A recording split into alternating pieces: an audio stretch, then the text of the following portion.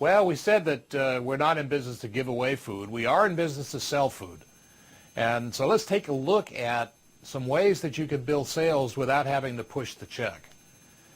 In this section, what I want to do is give you some ideas on how you can increase sales just by helping guests make better decisions, and also how to increase future sales by having guests come back more often. We had said before that if you wanted to increase your business by 50%, the options were pretty much to either increase the average check, which I think, agreed was a rather slim possibility, or to have people return one more time a month. So let's look at some of those things that you can do to get people to return a little more often. When it comes down to building sales, I think the important thing is that you want to build loyalty and not necessarily the check average. I mean, if you want to spend $100, count on me to take it. I have absolutely no problem with that. But I'm going to make far more money by getting you back that one more time than I'm ever going to make by trying to pry every dollar I can from your clutching fingers tonight. So what I tell servers is don't worry about selling stuff, but make a personal recommendation. What do you like? What do you think the best thing on the menu is? What do you want to have when you get off your shift? What's looking really good tonight? Because people do look to you for inside information. And if they know what you like, it makes it easier for them to make a decision. Because it's about enthusiasm and sincerity. It's less, I mean, if you go on about the steak and I feel like a piece of fish, I'll ask you about the fish, no problem. You don't lose points with me for having an opinion, but have an opinion. Do not say everything is good here. Even if that's true, and it ought to be true, it is not particularly helpful as a recommendation. See, turn them on to something. Tell them something that they didn't know. One of my all-time great lines is, have you ever tried? Have you ever tried our key lime pie? Have you ever tried that with a side of green chili? Have you ever tried that fried instead of baked? It doesn't matter, because if they say no, you've got an opening. If they say yes, you have an opening. It's a very, very easy question to make and a great way to introduce people to other items on your menu. And let them in on a secret. People love to know things that other people don't know. I mean, everybody said word of mouth is the best advertising, and I think positive word of mouth is the best advertising, but there's no word of mouth without something to talk about. And I believe people like to know things other people don't know, and when they know something that their friends don't know, they tell their friends about it because it makes them look good. I remember being in a restaurant one time, and it was the Spring House, that's what it was called, in Rochester, New York. I was having lunch with the owner, and when the waitress asked us about salad dressing, he said, well, I'll have the Blue Spring. And I'm thinking, you know, I said, what is Blue Spring? What's that? And he said, well, we found out that our Spring House dressing, our house dressing mixed half and half with blue cheese was really a nice combination, and so it's kind of something that the staff does just to kind of break the routine. Well, this was a wonderful secret. I mean, it was a great dressing, a great combination, in fact. But I remember being there shortly after that with a group of people at a seminar and said, oh, listen, you got to try this Blue Spring. And it was the same thing. They go, oh, what's that? You know, and I'm looking really cool for having the inside information. So if there are things that if you get bored with your menu and just put together weird little combinations of things to kind of break it up, tell people about that. They love that. Now, if I'm going to make a recommendation, though, I really need to have tasted everything, and hopefully you've watched how everything is prepared. Because if you really want to move people, you have to speak from experience and not from memory. I cannot read a list of ingredients and expect people to get excited about it. So understand that the more you like it, the more excited you are about it, the easier it's going to be to sell. And I want to give people the experience of trying things that they wouldn't have at home, things that they haven't tried before, because that's the reason they go out. If we just let them have things that they would make at home, why should they come out and spend money with us? The other thing that you can do to build business is invite people back on a specific day for a specific reason. You all come back as kind of nice and friendly, but it doesn't necessarily move people to action.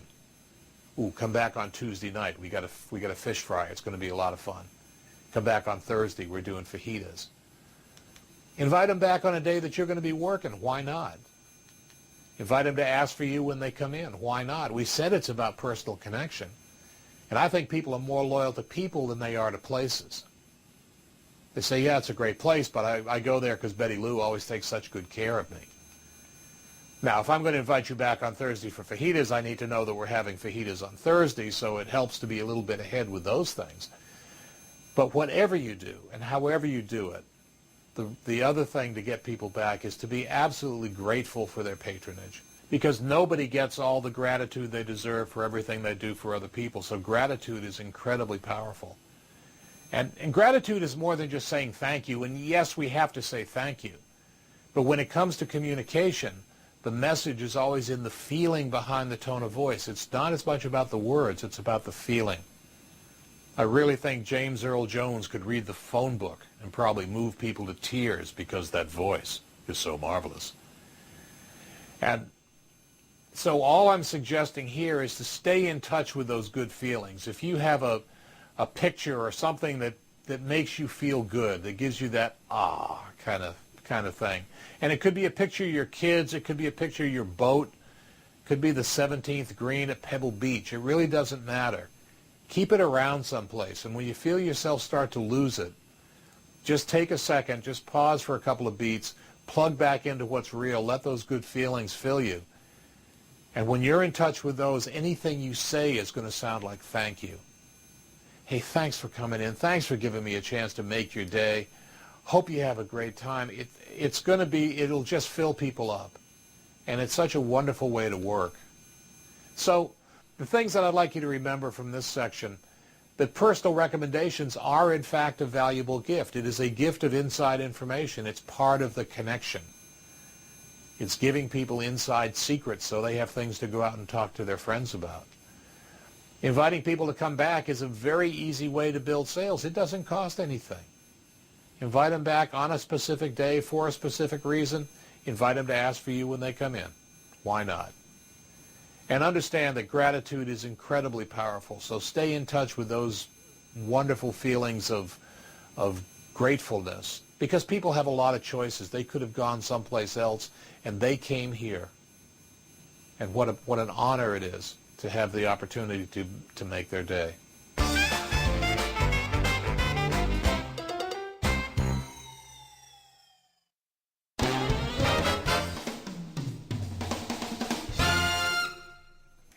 Well, now you know at least a little bit about what every service pro should know about people.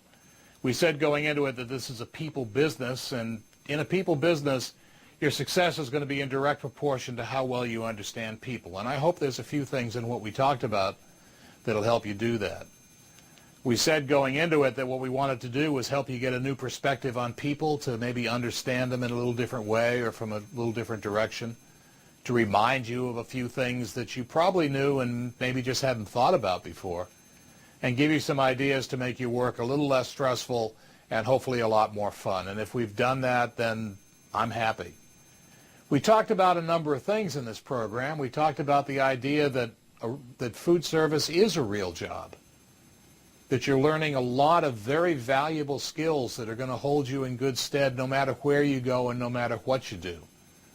We also talked about how much a guest is worth over time and why it's important that we don't let anybody get away.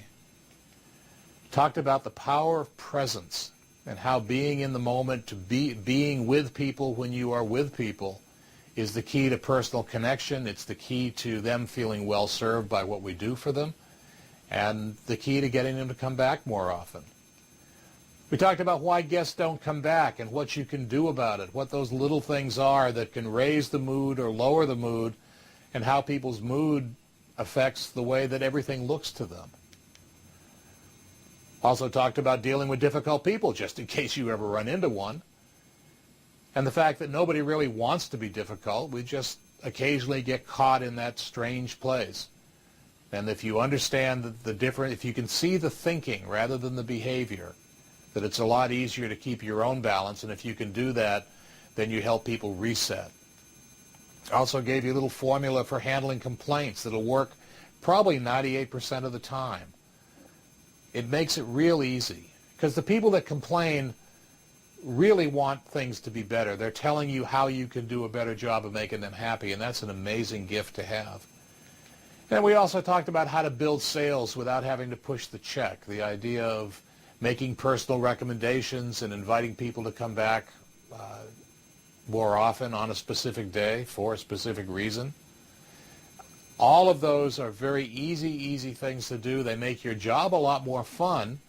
They make your business a lot more successful. And in the end, the only real job security any of us have is that our businesses continue to grow and prosper and be successful. See, we talk a lot about service, but service is technical. It's serve from the left, clear from the right, don't spill wine on the table. It's about timing and temperature and all those things, and we have to do all those things. But hospitality is personal. Hospitality is about me taking care of you because it's you, not because you're one of 75 people that are going through my station tonight. You don't serve 75 people anyway. It's one person at a time, 75 different scenarios. And it's the quality of those individual interactions that determines how people feel about their experience, how they feel about the food, how they feel about you, and what they're going to say to their friends. We said the key to building business is getting people to come back more often, but guests come back because they want to. They don't have to do that. And the better we connect with them as people, the more they're going to want to come back. Because the point is, you don't have to be bad to get better. This is not about how do we fix anybody. This is about how do we take what we've got and take it to the next level, to be more successful, to have more fun, to deliver better service, to be more memorable in the minds of our market. A couple of things I would leave you with in closing. I'd love to hear stories. I'd love to hear questions. Give me a call or go on the website. You can send me an email. I'd love to hear what's going on for you, what your experience of working with some of these ideas is. And this next request is going to sound a little bit strange, but I'd ask you to have the courage to be really good at what you do. This is not what we're going to do forever. It's not who you are. It's about what you're doing right now. But how you do it is a statement about who you are. And so as long as this is what you're doing at the moment, do it the very, very best you can. And when you leave this and go to your next position, do that the very, very best you can too. And what you'll find is that life gets to be a lot more fun and a lot more full. And the other thing is, remember to have some fun. This is a business about having a good time. People come to see us expecting to have fun. And if we're having fun, it's easier for them to have fun. So have a good time. Do a good job. We'll see you all on the beach in Mexico. We'll sip a few margaritas, and we'll laugh at folks that still work for a living. You've been terrific. Thank you so much.